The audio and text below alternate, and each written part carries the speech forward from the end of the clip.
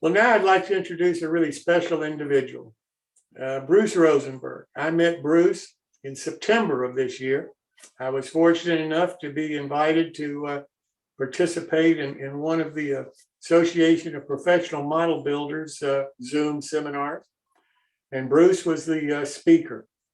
And I was so impressed with Bruce and the way that he models and the things that he does. I invited him to join us tonight.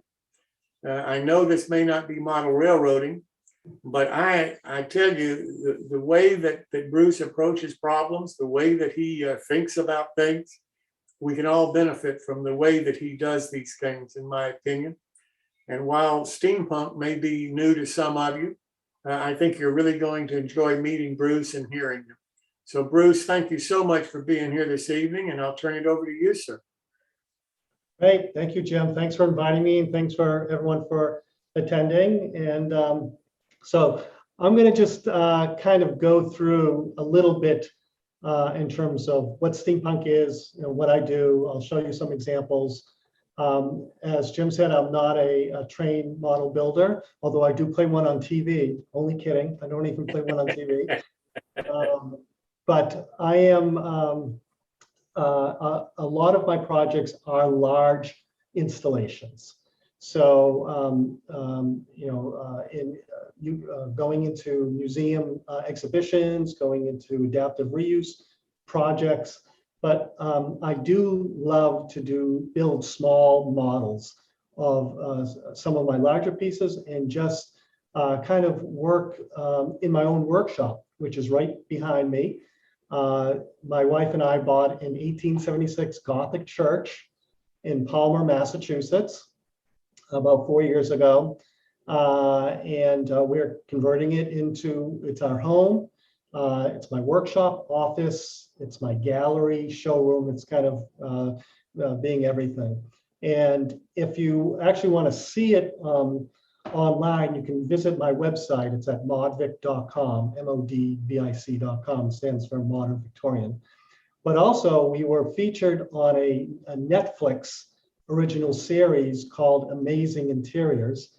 So next time you're on Netflix, if you get it, search for Amazing Interiors. There's 12 episodes, and they're all great episodes. So you should watch them all. But our church conversion is featured on episode 8, Steampunk Wonderland. So you'll see kind of the craziness, because Netflix came out right after we bought the church, and we're starting to kind of go through all the rigmarole to kind of get it to be our home. And of course, the producers pitted my wife and I against each other, because I was like, okay, I've got to get the artwork in place and do all this. And my wife was like, we got to get the ceiling done. We got to spend our money there. And so there was this kind of drama that was happening, which was pretty real. But so you'll have to kind of excuse that. But in Palmer, if you don't know Palmer, Massachusetts, we're about 60 miles west of Boston on the Mass Pike. And Palmer is kind of a little bit of a train mecca. It was known as the town of 7 railroads, because a lot of this was like a hub where Springfield, Worcester, Boston, a lot of the passenger rail came through here. It no longer does. It's only freight rail comes through. We're trying to get passenger rail to come back, because it would be an incredible kind of benefit for people to live in Palmer and then just commute into Boston, which would only be about 40, 45 minutes away. So and we have a very famous H.H. Richardson train depot here. It's one of his largest that he made, big kind of stone train depots that has been converted into a restaurant called Steaming Tender. So if you're ever in the visit, give me a holler. I'll give you a tour, and you can go have lunch or dinner at Steaming Tender. You can still see the freight, trains come through the station. So what I'd like to do tonight is I want to again kind of bring you through. I'm going to give you a presentation. It's a PowerPoint, and I'll go through that, and then I'm going to switch over to my phone, because I'm going to give you a chance to take a kind of a quick look at my space here. I won't be able to show you everything because there's a lot to see, but you can take a get a sense on what I have here. And if you want, after my presentation, if you want to ask questions, that's fine. If you want to ask questions, afterwards, that's fine too. If you do have a question kind of in the middle and you want to do a chat, and I'll kind of answer questions on the fly. So whatever works. So I'm going to share my screen now.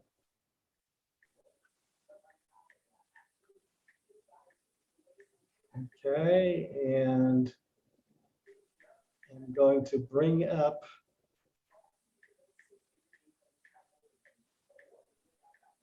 Can everyone see that? Yes. Okay, I'm going to put it on slideshow. Okay, so steampunk. One of the, when I tell people I'm a steampunk guru or a steampunk reimagineer, more often than not, people say, yeah, I kind of know what steampunk is. I saw it in the movies and gaming and fashion and all that. But a lot of times they go, kind of, can you explain what steampunk is? So steampunk really had its origins in science fiction literature. And it in the 1980s, and everyone knows the movie Terminator with Arnold Schwarzenegger. That genre of science fiction is called cyberpunk. Cyberpunk is kind of the imagining of what technology is going to be like in the future. So in Terminator, Skynet goes live and kills all the humans, and I think we're pretty close to that. We probably only have a year or two to get to that at this point. But there were authors at that time that said, well, wouldn't it be cool to basically look at the Victorian age, the Industrial Revolution. So imagine 1850s to early 1900s. Imagining or reimagining if they had our modern technology. What if they had the computer 150 years before it actually was invented? How everything would have changed. So it's this kind of retro future perspective. And if you know the story of Charles Babbage was a mathematician and scientist in England. It was in, I think, the 1850s or 1860s. He actually designed the difference engine or the analytical engine. And this was really the first, well, I shouldn't say first, but it was one of the most complicated mechanical computers. And he was working with Ada Lovelace, who was considered the world's first computer programmer, to get this thing built. And it was way complex, but he kind of had everything designed out. He was looking for funding, and no one believed he could really do it, and he didn't get the funding. And they actually built it about 20 years ago in England, and it actually worked. So just think if he was able to get the funding and created this mechanical computer 150 years ago, how that would have changed everything. And so steampunk kind of has this reimagination of, what if during the Victorian period, industrial age, they had our modern technology. And for me, it started in science fiction literature, then it got into movies, and it got into TV, got into fashion, gaming. And I kind of come at it from this kind of functional art perspective. But if I had to give a formula for steampunk, like what are the main elements? I see the three main elements as history plus art plus technology. So if you can think of H plus A plus T, steampunk hat, that's kind of where it is. It really needs to have those three things to kind of bring the past, the present, and the future together, kind of creating virtual time machines in a way. And so again, and you kind of, you've probably seen steampunk if you haven't heard of it. And as I said, science fiction literature, K.W. Jeter was actually the guy. He's a science fiction author. He wrote Infernal Devices and a lot of other sci-fi books that came up with the term steampunk. partly because, the steam age, and the steam age really, people, historians, and most people who understand kind of what propelled us into the industrial age, was the invention of steam power, of actually harnessing steam and using its power to do things. And because before steam power, it was really just our own power, our own muscles being able to move things, and animals' muscles, horses or whatever. And then with harnessing steam, we could employ machines to do our work, and so things just kind of exploded on a massive scale. I don't know if you've seen the Wild Wild West movie with Will Smith. Wasn't a great movie. It was in 1920. Not 1920. It was in 1990, I think. 1999. It just kind of had its 20-year anniversary, and Will Smith thought it was his worst performing movie. It had some neat steampunk gadgetry in it, but it wasn't that great. And then you see a lot of steampunk fashion with women kind of having these really great gadgets and devices, built into the clothing, and kind of Victorian undergarments are actually brought out, from the interior to the outside, and kind of having this fun aspect of opposites. I kind of got into steampunk, not even know what steampunk was. This was one of my first installations that I did for myself.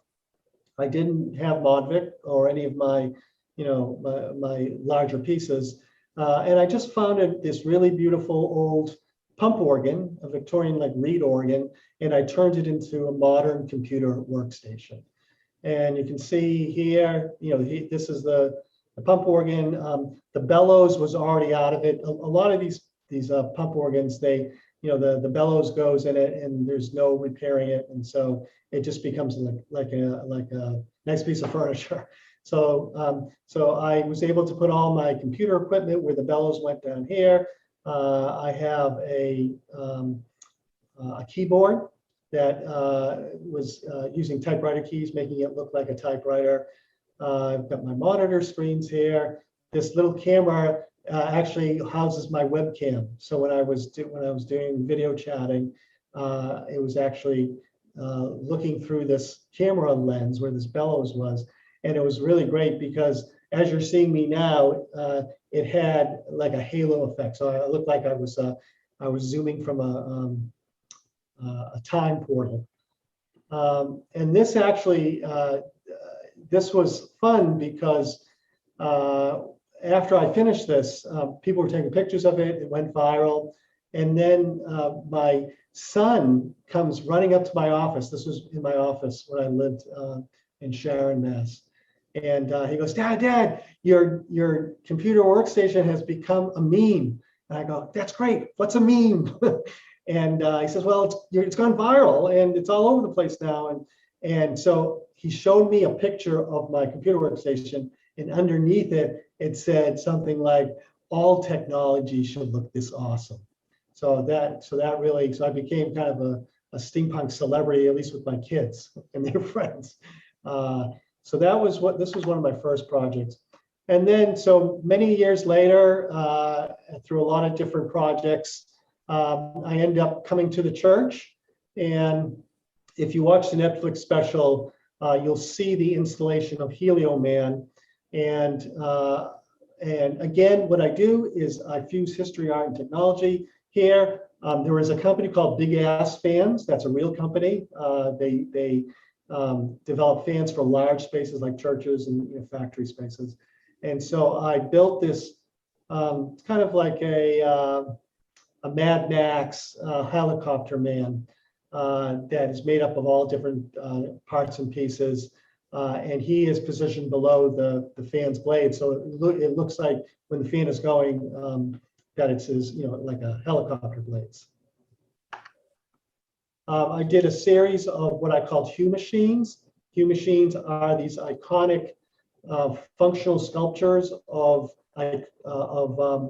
famous authors and inventors and visionaries from the industrial age or the Victorian period, and they come back as the machines that they either wrote about or created. So here, H.G. Wells, who wrote The Time Machine, he comes back as a physical time machine made up of parts and pieces that actually existed when he was alive and are time-based.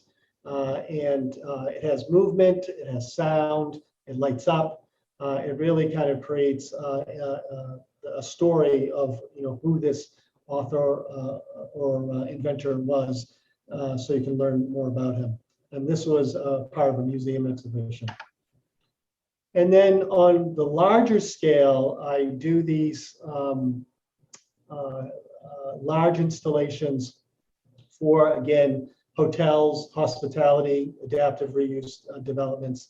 This is what we're calling a Steampunk Armillary. An armillary is a representation of our solar system with kind of sun in the middle and the planets, the celestial bodies kind of rotating around the sun. So here is a CAD design, and my process is normally coming up with the idea, coming up with the concept, and doing drawings, either sketch drawings, kind of like Da Vinci style hand drawings, or computer assisted drawings. And this is a CAD drawing of what it is, and not just the drawing, but also an animation that we do to kind of show the movement. So here we are building it.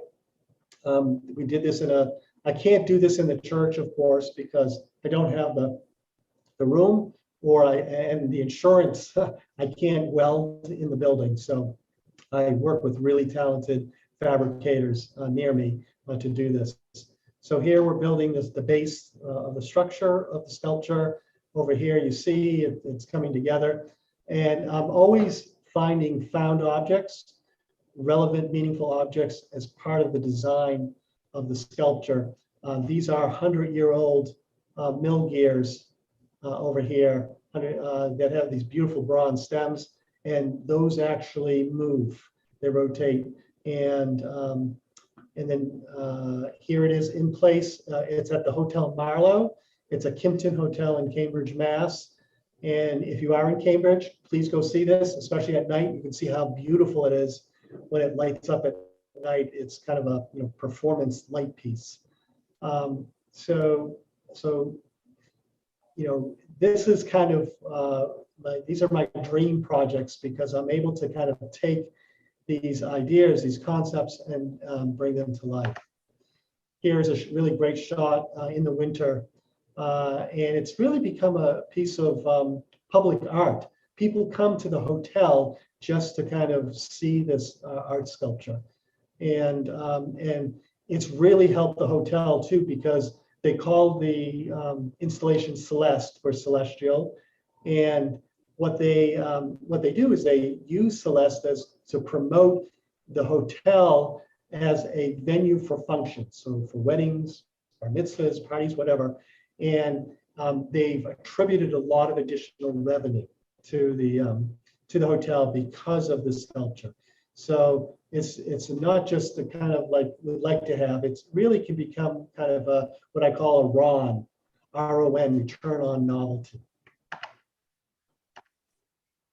Can everyone see this moving or not? Yes. Yes. Okay. So just to run this through quickly. So you can see most of my work is kinetic, meaning that it moves. This is moved by a motor, shaft and gears. Other times it could be kinetic movement through wind or water or sun, solar power. So that really helps to engage the visitor or the guest, because it really kind of brings them in to kind of the connections that I'm trying to make with the sculpture. A lot of times it does have interactivity too, especially when I'm working in the museum world, having the visitors, the guests, be able to control the sculpture in a lot of ways too, and especially if it has to do with science and engineering, is that it's edutainment. They're through entertaining or educating, and they're not even kind of aware that they're being that they're learning in a way. So this is again really exciting for me to be able to work on many different levels, really creating these fun, fantastical, kinetic signature types of art installations, but also work with museums and work with kids on steampunk kind of workshops and programs to help to become better creative problem solvers, better collaborators, and better sustainable, adaptive reuse and resilient kind of thinkers. This is the program that I created with the UMass Lowell psychology department. Ashley Hillier was a psych professor there, and we created a program called Steampunk Kinetics, building art into science. And here we worked with kids on the autism spectrum, and they worked in teams, and they had to build kind of their own mini Rube Goldberg rolling ball sculpture with a track that a metal ball would go down through all these things, and there was electronics and sensors, so lights would go on, sounds would go on, and it was stacked like you can see it was stacked here. These boxes and using repurposed parts and pieces. So the ball would start kind of at the top of called it the Steampunk Tower House, going through all the boxes, and the kids had to work together to kind of create, everything part of the team, but then had to work with the other teams, other box teams, to make sure that the ball was going to go all the way through. And here you see the metal ball is going up this chain. It's just magnets that are bringing up the balls. It delivers it to the track. It goes down through all these really fun things. It just hit a trigger where the light went off, comes down, and then starts again. And I work with a lot of kids who are on the spectrum. I also work with neurotypical kids, vocational, high school, junior high school, with these types of programs. This was very fulfilling for me because these kids on the autism spectrum they have a hard time in social groups and in being in front of audiences. They actually presented what they did to about 75 people in a big auditorium, and they were very passionate about what they did and very vocal, which was really unique. And one of the mothers, I can still remember to this day, she came up to me afterwards and she said, "Bruce, my son normally doesn't like to do these kind of art therapy programs, but he loves Steampunk Kinetics. He was dragging me to the workshops, and every day he would come, every time he went to the workshop, he'd come home and just be so excited about what he did. And he normally didn't do that. He basically wouldn't say anything after he got home. So that to me is everything. It kind of gave them a voice and gave them a way to be able to, to show their passions. And it was STEM, science, technology, engineering, math, adding the art, the A to make it STEAM, and making the steampunk. And the punk part is really the kind of the history, the meaning, the context, like why are we doing this? That all kind of came together with this program. So if Alfred Einstein was still alive, he'd be a steampunk, from STEM to STEAM to steampunk. And there's me with my H.G. Wells time machine. So that's kind of to finish off this part. But kind of just to kind of close it out. And what Jim was talking about in terms of my process, my creative problem-solving process, just to kind of give you an idea of how my brain works, and really a method a process of how to think to be able to invent and also to creatively problem solve. So there is this process called Janusian thinking. And if you've never heard of Janusian thinking, you can look it up. It's Janusian, Janusian. Janusian comes from the Roman god Janus. Janus is usually pictured with two faces going in opposite directions. And the idea behind Janusian thinking is while you are in the present, kind of trying to, looking, analyzing at the problem, to get to the best solution or invention, you have to be simultaneously thinking about the past, looking towards the past, and looking towards the future. So having your head in three kind of spots. And the idea behind Janusian thinking, there was a researcher in the 1970s, Albert Rothenberg. He was very interested in how great creative problem solvers and inventors' minds worked. Like, what's their process? Because if we understand it, then maybe we can teach it. Well, he found that it was not, these people were not linear thinkers, meaning here's a problem, point A, here's a solution, point B, draw a straight line, boom, you've got your answer. That's not how it works most of the time with great problem solvers and inventors. They were divergent thinkers or opposite thinkers. So instead of problem solution, it's problem in the center, and then you come up with two opposite solutions consciously. You're figuring out polar opposites in the solutions, and then creatively trying to bring them together, fuse, synthesize them to get to the best solution. And a really simple example of this, as for an invention that we all take for granted, of course, is the hammer. And if you know the history of the hammer, when it was first invented, it had one function. And what was that? Banging nails, banging rocks, whatever, banging something.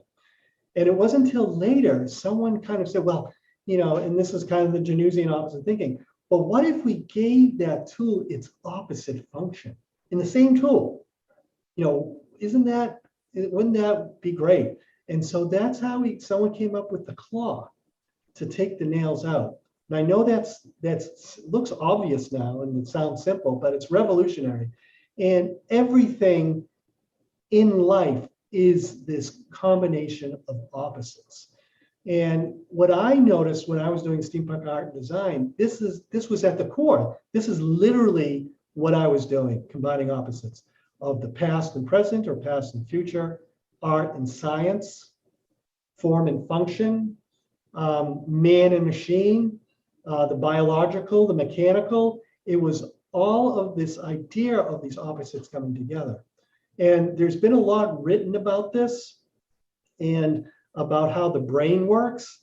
And, everyone is trying to make a hit, meaning, you want it to go viral. You want a lot of people to see what you do in everything that we do. In theater, in comedy, and, whatever we're trying to do, we are trying to kind of make a hit. We want as many people as possible to see it. Well, there is no formula for making hits. If there was a formula, then everyone would be doing it, and then nothing would become a hit. It's really hard to come up with what the ingredients are. But what is normally present in a hit, kind of taking it apart, is this this fusion of the familiar and the novel. Think of it, the familiar and the novel. The familiar in that you're looking at something that is in your wheelhouse, that you have a reference for, that you can understand. It's not totally foreign. You can accept it in, right? That's, that kind of opens up the door. But then there's this element of novel, of mystery, of like engagement. And it gets your brain working, like, that's new, that's different. How do all these pieces relate? And that's what steampunk is all about, because it's the familiar of familiar objects. it's your grandmother's Singer sewing machine. It's, you know, whatever as part of our history. And when those objects in that history is meaningful and relevant to you, when you have an emotional connection and you're building that into the sculpture, you're building that into the story, it really helps to engage people. It gets people to think. And so, you know, here is an art form, really, to help you better creatively problem solve by thinking in opposites. So next time you are trying to solve a problem or invent, you know, it could be in your model train railroad building, it's the opposite thinking that can really help to make it all come together. So what I'm going to do is I need a minute or two to switch over to my phone. Jim, if you want to kind of engage people, see if they have any questions too, as I'm kind of going through this, then we'll go from there. That's great. I will do that. All right. I'll see you in a couple minutes. Okay. Thank you. Thanks. Bye-bye. And I do encourage you to ask questions of Bruce, because he's just a wealth of information. And frankly, the way that he thinks and talks about problem solving and trying to deal with issues, I find fascinating, because to me, I like to scratch build everything. And while I may start with a picture, I very rarely am able to duplicate that picture. I always have to change it in some way, or to create what I'm doing as a model, as a representation of that picture, rather than an actual duplication of what I can see in that picture. And the way that he thinks and everything is what I would like to try to do, to try to improve my ability to scratch build. And I think I can do that, but I'm on a very steep learning curve, trying to relate what he is talking about to how I can improve my own individual modeling, particularly my scratch building. But that is what I find just so amazing about the philosophy he has, and the way that he approaches a problem, and then tries to find his solution. So I do encourage you to ask questions if you have any. Yeah, so does anyone have any questions to date, or do you want to wait till after the tour? Why don't you do the tour? Okay. All right, so what I'm going to do is I'm going to switch to my my clip here, so you get to see, and this is actually where I was just zooming with you. So this is a early 1900s studio portrait camera that I converted into my computer workstation. Again, using a modern keyboard with typewriter keys, and this is all functional. You can see the remnants of the old portrait camera. You see the bellows, and you know, this is where the lens went. So all that is now my functional workstation, and I have a whole, see that, I have lots of different kind of historic elements here. The side pieces are library shelves from the U.S. Library and Congress, load-bearing shelves that I kind of used as trellises there. That top piece actually is a bumper to an old fire engine. I loved it. The name of the company began with an S, and so, but I'm just thinking it was perfect for steampunk. And then, and this is my workshop here, and it's really wonderful for me because, you know, a lot of what I do, my background is in marketing, and I spend a lot of time marketing and branding at my computer workstation. And then when I'm finished with that, I can kind of go to my workshop here. This is my assembly station. So all of my kind of objects that I'm starting to put together, I can prototype here at this station. And then over here, I've got my concept development or drawing. So this is actually, this is kind of a steam engine boiler system down here at the base of the table.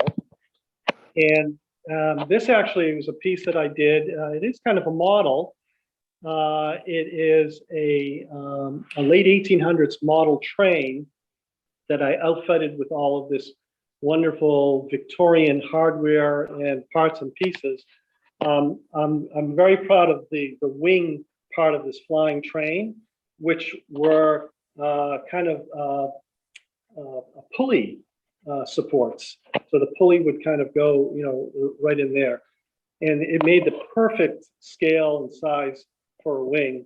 I love putting these eyeballs as part of the design, because it's kind of seeing into the future and also into the past. And it's on a rotating display that you would see in a in a retail setting. So that's constantly turning. And I fixed a really beautiful kind of gooseneck light to show it. So and one of the inspirations for this was Back to the Future. I think it was the third one that had the flying train. And so this this is kind of my own Back to the Future.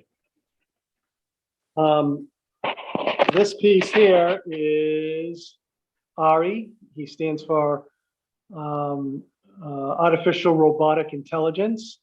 And also, as I told you about my Hue machines, this one is also for Aristotle, which is also ARI, short for ARI. And he's going to be basically an AI bot. And he's made up of all these really kind of beautiful Victorian machines. This is an old Burroughs adding machine. Look how complicated all that is in terms of, like Charles Babbage's difference engine, with all the gears and levers, pulleys. That is an old Hammond curved typewriter. So this actually is a piece that I'm working on, and these are protractors that would measure distances on maps. And you can see how this this lady here is kind of using this map protractor as a flying device. I've been doing a lot in what I'm calling flights of reimagination. There's another guy. And so these are like Da Vinci inspired flying machines. This I'm working on right now too.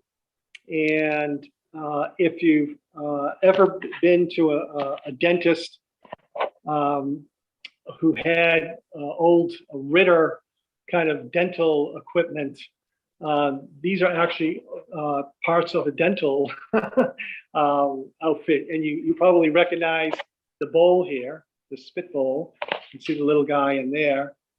And that's everything that you see there. That guy's arm is a drill. And these were all parts really of the dental unit.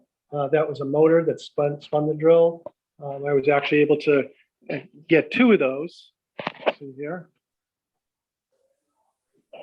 So just like fun stuff. I found these really great metal teeth. You can see over here, they look like this. These are actually dental mannequins. So dentists would practice on these different sets of teeth. And so I'm going to get teeth for those part of it. So so it looks like they'll be kind of weaponized choppers. I'm going to go out into in my main space here, and just to give you a sense, I built the shelving so I could kind of organize stuff. I have a lot of older pieces, antiques, salvage, and I can kind of get a sense on how much stuff that I have.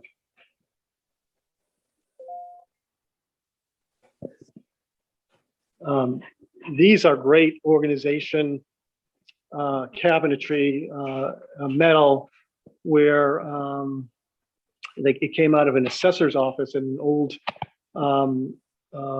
city hall in Fitchburg, Massachusetts, and it's perfect for me because where they would put the index cards, you know, I can put my smaller items.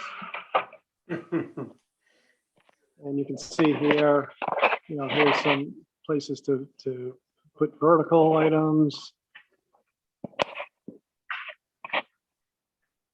So, and it's really great for me to have the room to show this or visually see it, because you know, when it's out of sight, it's out of mind, and it's hard to kind of visualize what you have. And I need to have this all out here so I can remember what I have, and you know, can be inspired by what you know, for these projects. I don't know if people can, how well they can see this, but if you have an idea, this is an old pneumatic tube that went into a department store.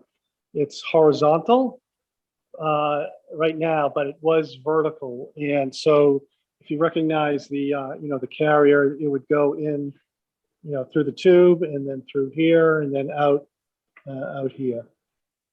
And when I saw this, I really saw like a spaceship, rocket ship, submarine, and I found these really great. These are underwater photography domes, and just to show you, how, you know, the karma of this, or like just how it's meant to be. This was the same exact size as the opening for the pneumatic tube, and I was able to do it on both sides.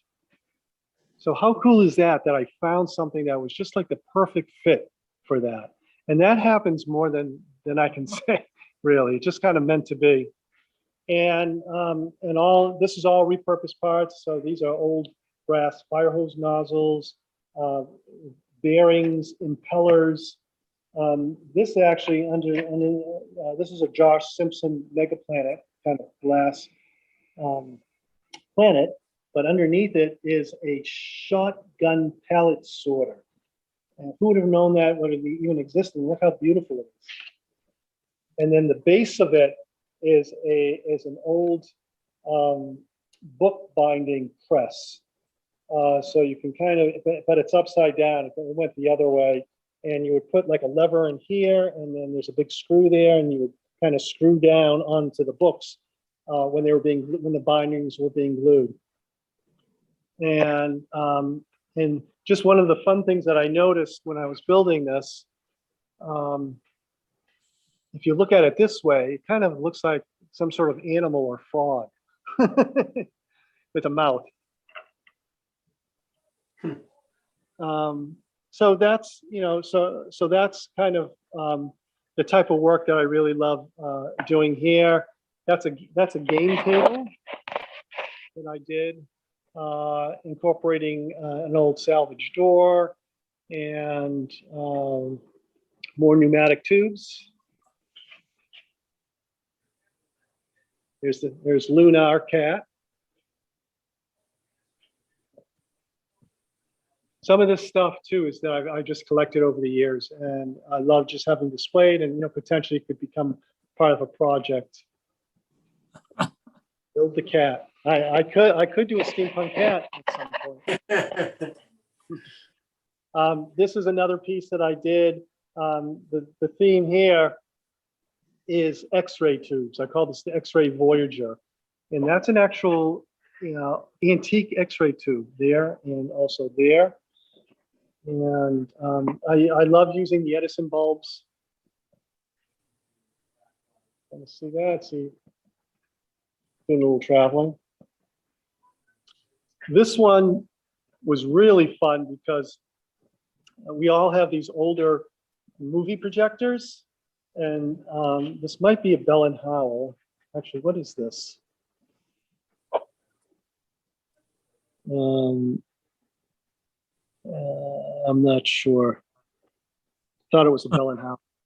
But what I did is I used this kind of as a flying machine using all these parts and pieces. That's actually that exit light is actually from a movie theater. So what I love doing is just finding appropriate parts and creating, creating a themed piece. This one's called Movies Help Us Fly.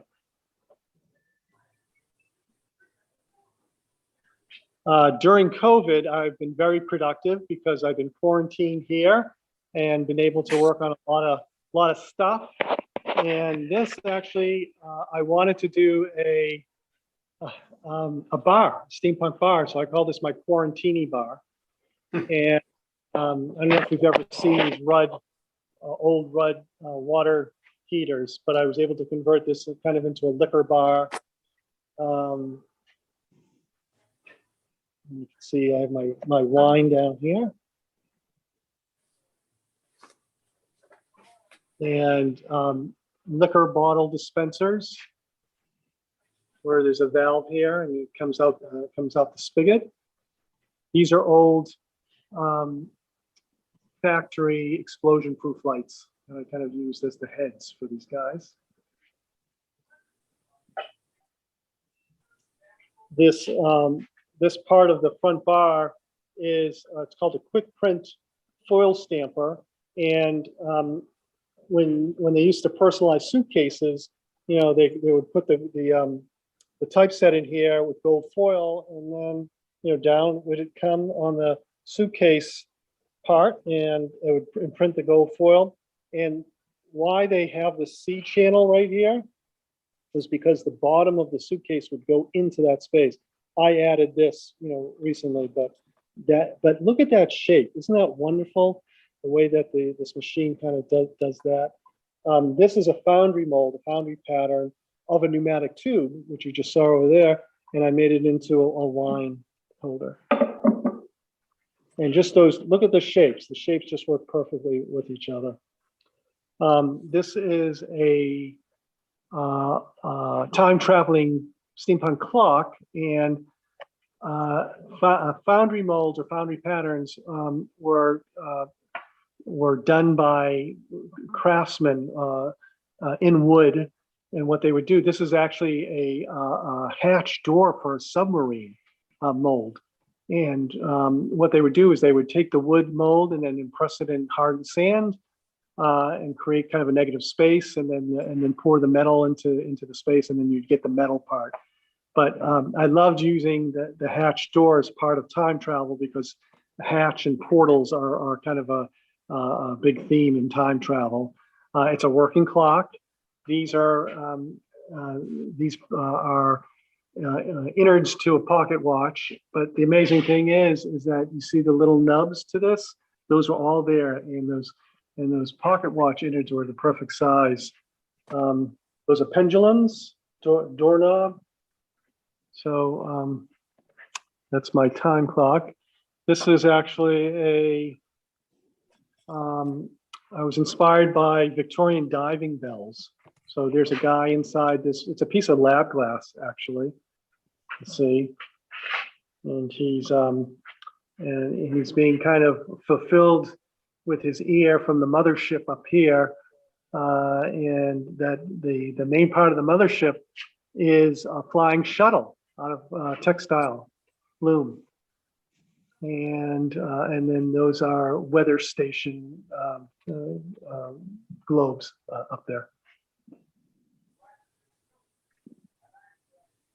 This is the pipe dream, and most everything that you see in there is pipe related. So they're either pipes, the guy's sitting on a pipe holder, the main rocket is a lighter for a pipe. There's pipe cleaner. And there's the side pipes here are really incredible. Those are from the 1960s, actually I think maybe 1930s, 1940s. They're Art Deco style. And look at this guy. You see the elephant? That is actually a pipe.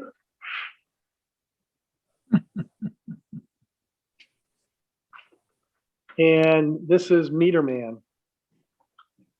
He's a retail display mannequin, and he's made up of old vacuum tubes and all sorts of parts and pieces. One of my favorite parts is the head itself. The head is a real electrical meter, and look at that. It looks just like a face. The guy who designed that, must have been thinking face. I mean, I added the insulator eyes, but everything else was there, and it was the perfect size and fit.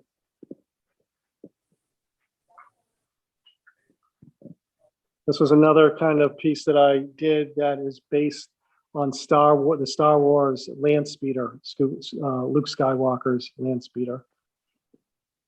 And I'm doing a project working with a client who wants to do a Garwood speedboat. And Garwood was a famous mahogany speedboat builder.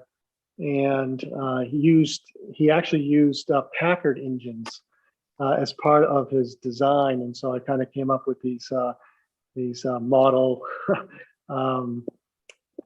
plane engines as part of the design. And look how beautiful this stand is. These are industrial legs that were on some table, four legs, and I was able to kind of create this. It looks kind of like a walking, base. Unbelievable. And just to kind of bring you through, well, one of the things that people love when I give them tours is like just putting a Victorian frame around the TV. It's kind of a simple thing to do. It has some impact. This is what I call the butterfly effect.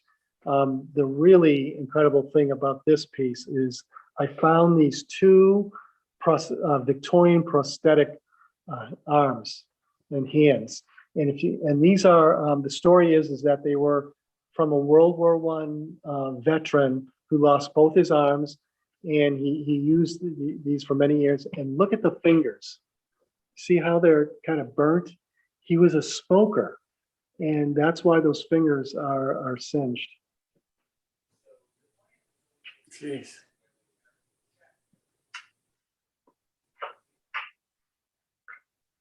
This is a female form using an 1800s dough mixer. Isn't that crazy?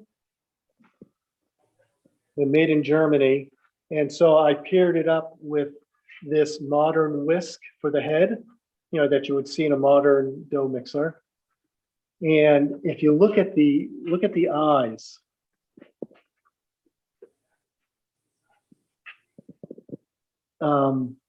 the eyes actually came from a mortician.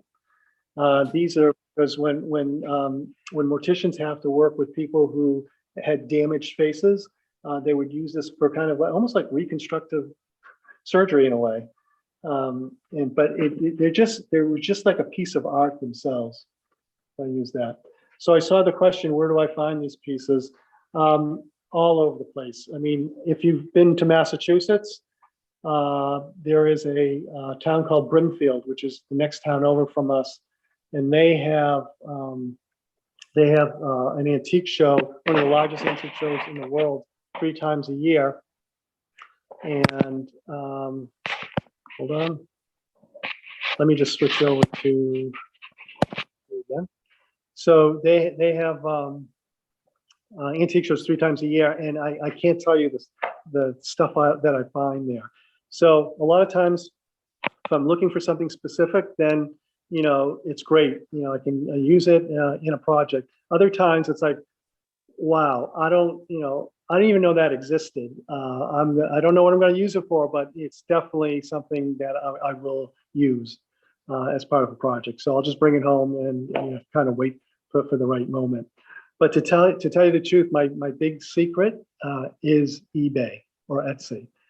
I'm buying stuff all over the world, from England, from Portugal, from Russia. It doesn't matter anymore in terms of the cost, because the cost is not that much more than buying it domestically, and also the timing. it used to take months to get things, but I'm getting sometimes things faster from Australia than I do here. So it really has opened up. And if you know the right search term, things that I would never know where to get, 10, 20 pop up.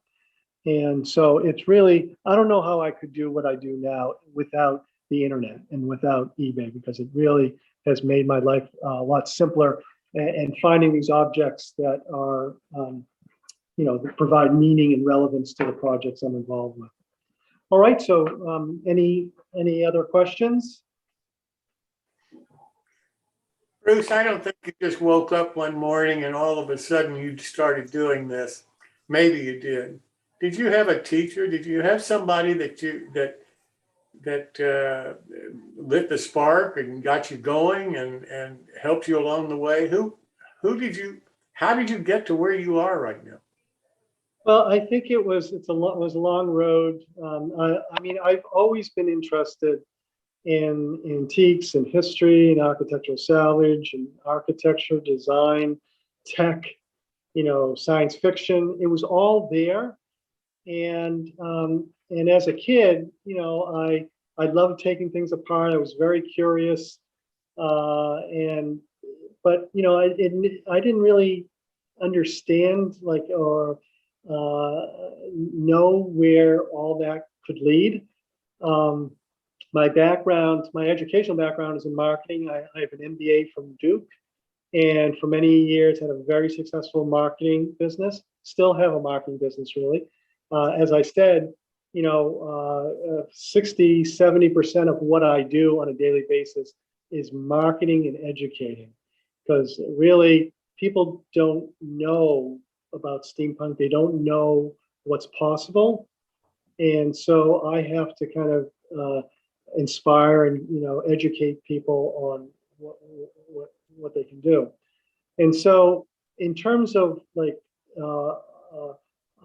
eureka moment, it really wasn't until when we bought our house in Sharon, and just kind of said, well, wouldn't it be cool to kind of, looking at that antique, looking at that object and saying, listen, I understand what it did. I know the history of it.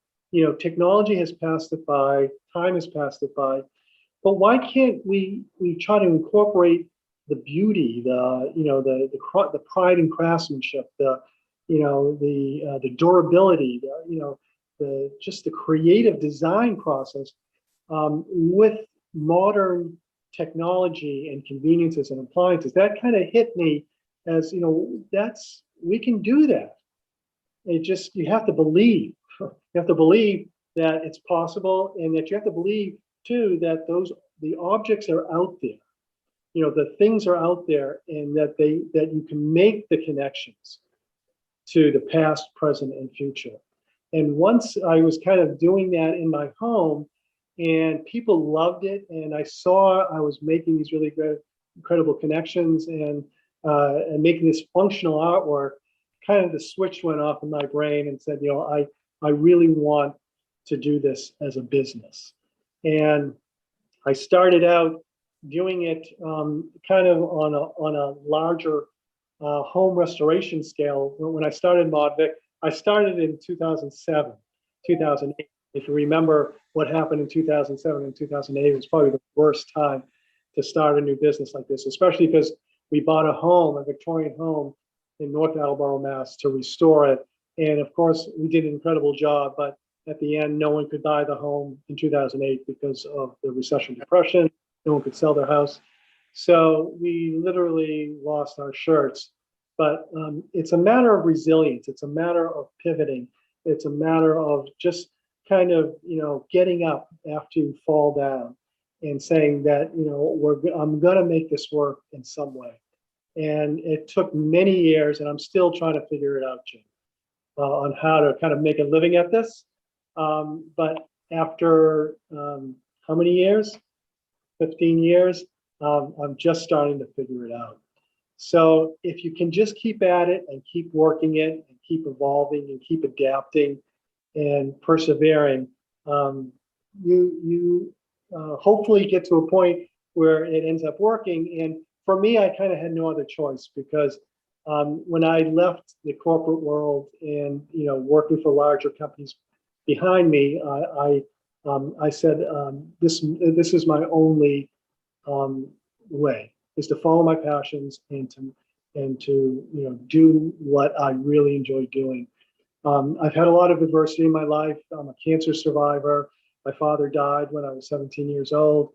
I've been through bankruptcy. I've been through a lot of different challenges in my life, and I've really used those challenges as a way to be able to kind of push forward, move forward, test myself, and to kind of get to a point where I really feel comfortable in my own skin and comfortable about my skills and ways to be able to help others in what I do. Do you have somebody that you're under your wing, so to speak, that you were teaching this business to? Well, I don't have like a mentoree, although I work with a lot of young artists who are just trying to come into their own themselves and are at certain levels. And so by collaborating with them and exposing them to this thought process and to the type of level and quality of functional artwork, it pushes them. And so, I ultimately, I don't know kind of where things are going, but, hopefully I am able to inspire and influence. As I told you, with Steampunk Kinetics, I work with kids with autism and vocational students, and giving them alternate paths other than kind of the standard, automotive work or HVAC, giving them another way to be able to express themselves. And so, I'm hoping that those connections, in the long run, help to improve people's lives. That's great. Does anybody else have any questions for Bruce? Yeah, I just have a little question. Bruce, I love your work. That's fantastic stuff. I just wondered, what is your primary source of fastening stuff together? Is it welding, soldering, nuts and bolts? What do you use? Yeah, great question. So a lot of my larger installations, of course, as I said, I can't do welding here. So we do it off-site. For the larger installations, welding is primary. But for here, with my smaller objects, I pride myself on using fasteners. So a lot of bolts and nuts, a lot of brass, traditional metals. I use stainless steel also, sometimes bronze. But the fun part about it is I have all these older objects that I'm trying to assemble in a really creative, meaningful way. But how do you make those connections and do it in a way that really is seamless? But you want to show the connections, because it's not all about the past and using old materials. It's connecting to the present and future. So I celebrate those new fasteners or connectors in a way. So when you're looking at the pieces, you're going, look what Bruce did. He's using like this kind of this new part to connect some old parts. And it's not done in a tacky way. It's all kind of all makes sense. Sometimes I will change the patina a little bit so it doesn't scream, I'm new. It has a little bit of sense of age to it. But using fasteners and not using glues. In some instances, when I'm needing to meld something to a piece of glass, I'll use that kind of permanent glue. But it's mostly fasteners. And to tell you the truth, fasteners is really a wonderful sensibility, because it's all about adaptive reuse. I'm taking objects that are 50, 75, 100 years old and giving them new life by, putting them in new forms and transforming them. I'm expecting 25, 50, 75 years, people are going to take my artwork and take it apart and use it for something else, because nothing is permanent. And it will always be kind of memorialized in pictures, but someday these pieces will also be disassembled and made into new artwork. Thanks for the question. Well, the question I have is not necessarily a question directly to you, but there's two museums that you probably drool over. One is the National Precision Museum in Windsor, Vermont, where they have a lot of stuff that has to do with industrial precision. And the other one is in Morristown, New Jersey, called the Morris Museum, which they have a lot of. There's I'm trying to think the name of the collection now. The Heineken collection, which has a lot of mechanical musical instruments and automata that might. I've been there. I've been there. Yeah. So yeah, I know they were hosting I think it was called the Automata Convention, but the pandemic has put a squash that for the past couple of years. So yeah, I went a few years ago when they had the exhibition for the automatons, and a lot of I'm inspired by automatons, as I was showing you Ari, but using objects, using antiques and different remnants from an earlier period to build these kind of functional robots. And my next, I have no kind of restrictions in terms of using modern technology too, because that again is part of the formula: history plus art plus technology. So using digital technology, using AI, using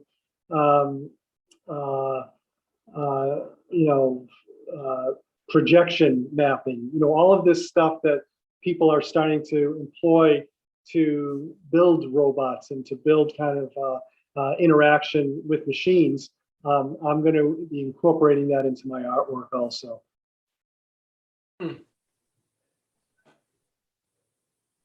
Great. What do you do, Bruce, when you're stumped? So, good question. And when I'm stumped, my process is so organic, Jim, and because finding one piece leads me to another, and then how do I fit this shape to the next shape? What is the connecting piece? And a lot of times I just don't know. I don't know what's out there, and it's like I have to be patient. I can't I can't have this or expect it to make this stuff overnight, because it has to happen in an organic way. And so when I'm stumped, that means that I'm lacking information, that I don't have enough to be able to get to the next step. So I need to do more research. So by just kind of going out and, and again, with the internet, I'm just amazed how I can find information, almost immediately with what my question is. And then a lot of it is kind of like serendipitous. Like I'm looking for something, but then I find something else. I go, oh my God, that's even better than what I was thinking. And I can't believe this exists. I had no idea that this was even out there. And so this is, you can't give up. It's almost again this belief system of that it can be done. I can make this connection. It is out there, and I just have to find it. and don't beat myself up, that I can't figure it out. And a lot of times too, as you probably also, when you're working on your projects, is that you get to a point where I can't go any further. If I go any further, I'm going to harm my project. I'm being sloppy. I don't want to,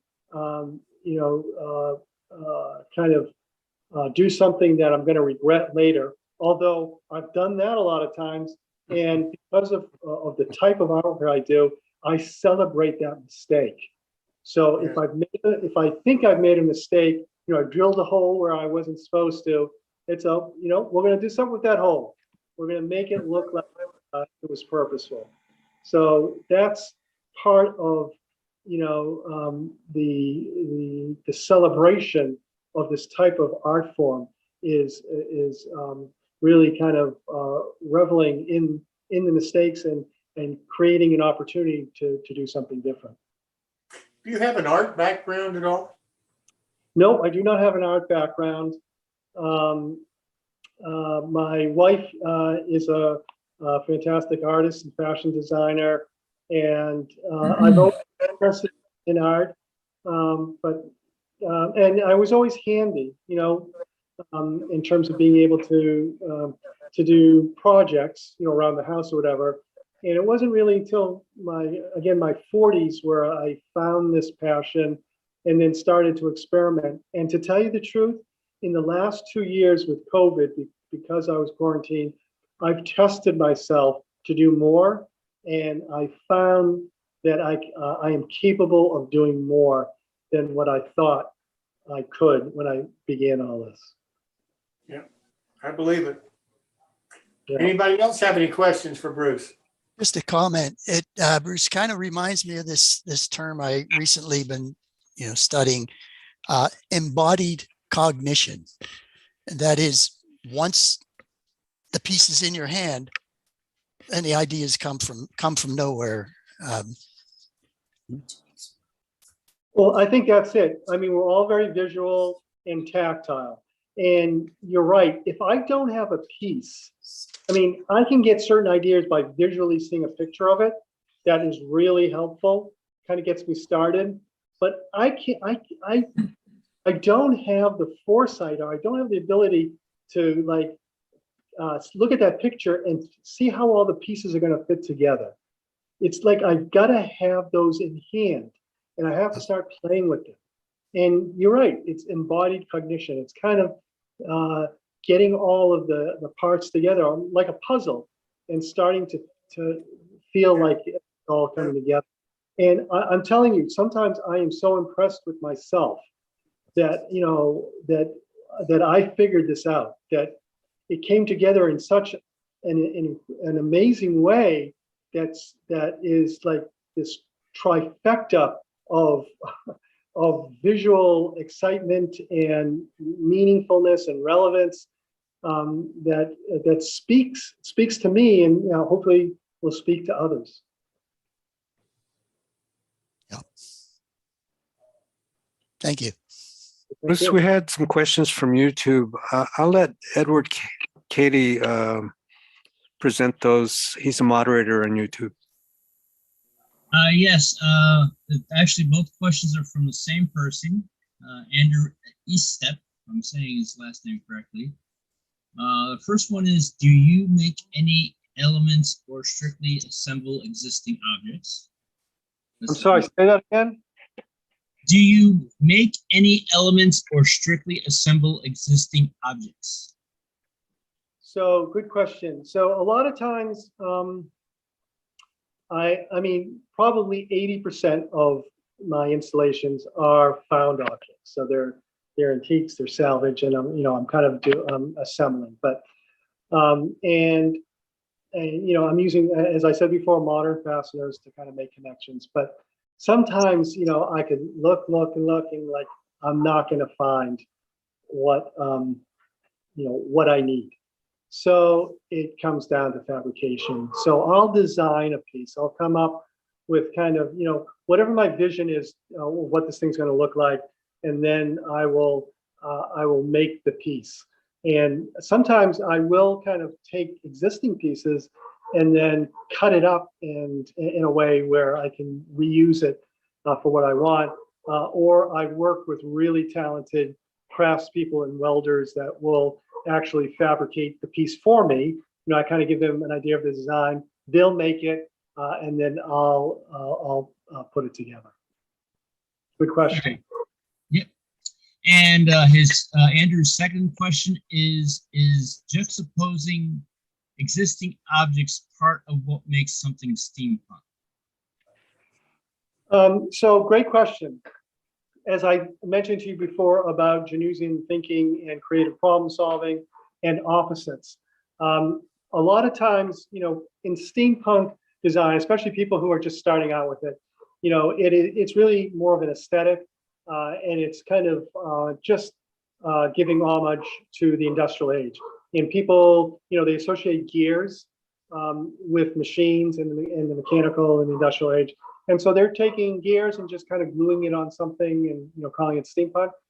That's great in terms of whatever level you're at. But I see steampunk going way beyond that, as I had mentioned.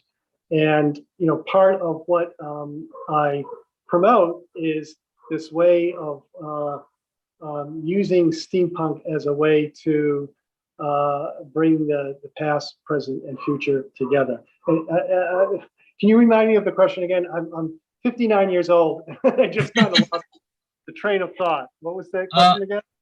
Is juxtaposing existing parts or objects of Yes. yeah, Okay, juxtaposing existing objects part of what makes something steampunk? Right.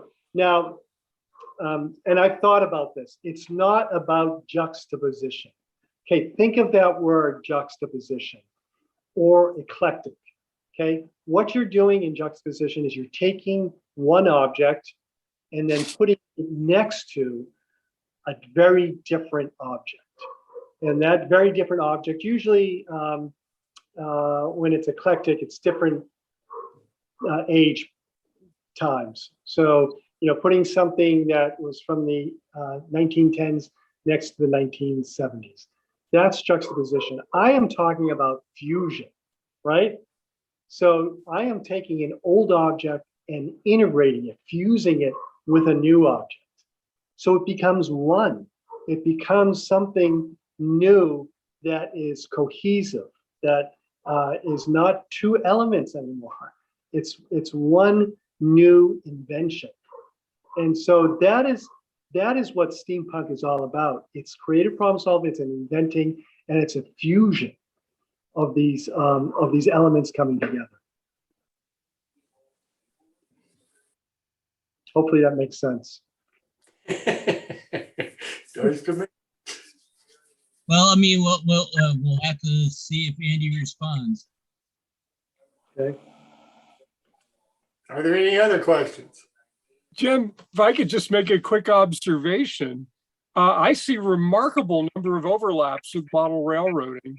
Whether we're all historians, whether we're creating a work of art in 3 dimensions that has to function when we're finished, it has to move, it has lights, it has sound, it has activity, and we all creatively reuse bits and pieces we find, whether it's from a arts and crafts store or from a sewing store or any other number of places that we find ourselves, and we look at it and say, that might be useful on my model railroad. So I never thought of model railroading as having a relationship to steampunk, but I see that there really is.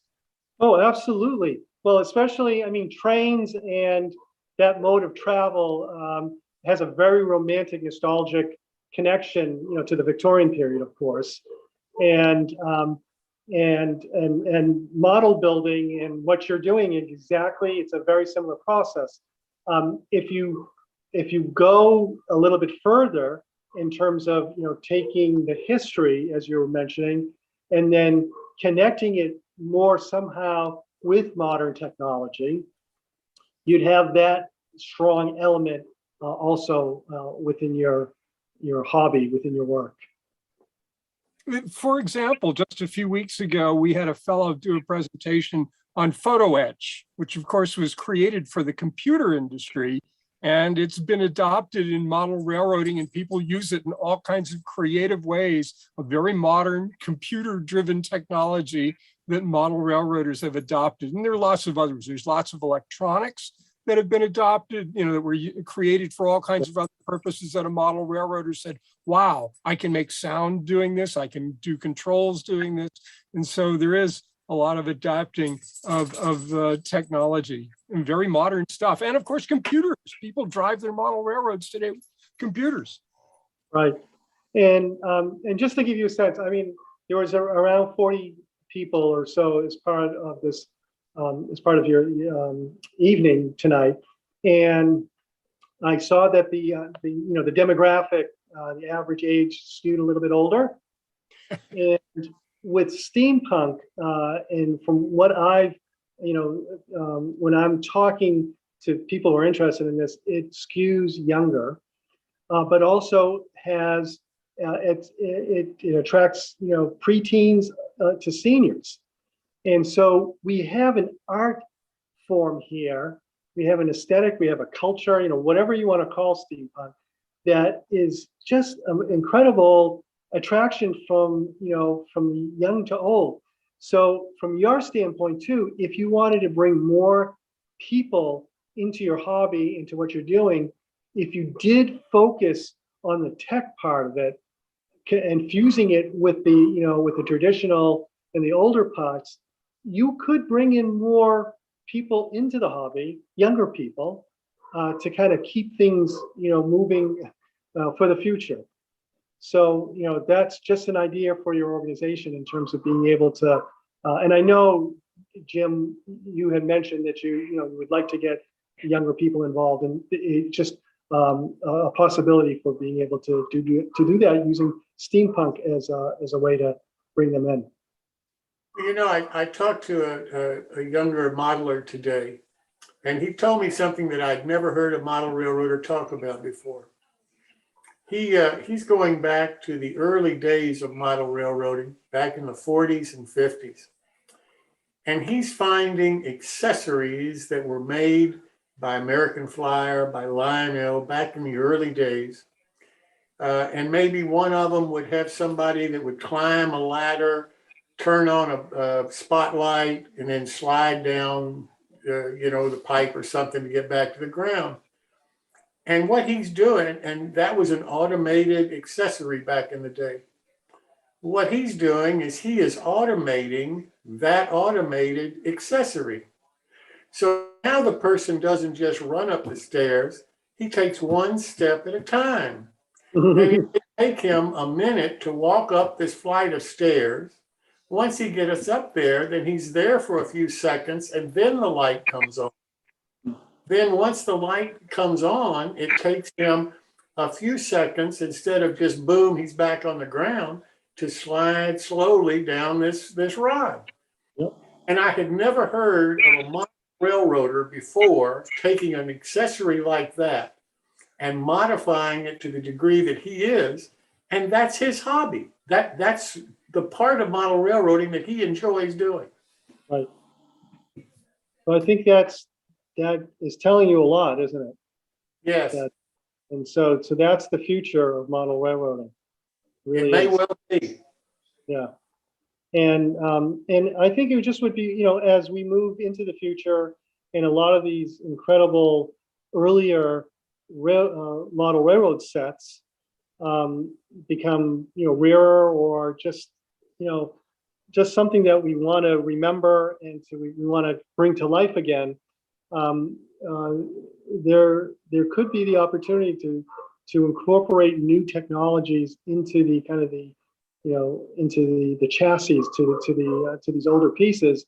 And so you have, again, the beauty and the pride and craftsmanship and all of that alive, but moving and experiencing with modern technology.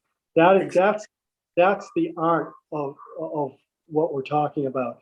And if you can get people who are interested in doing more of that and sharing that, hopefully you'll attract more people and carry on for the next generation.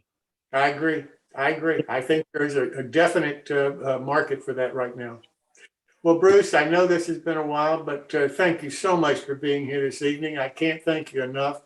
I hope everybody else has gotten as much out of your conversation as I have. And thank you so very much for being here.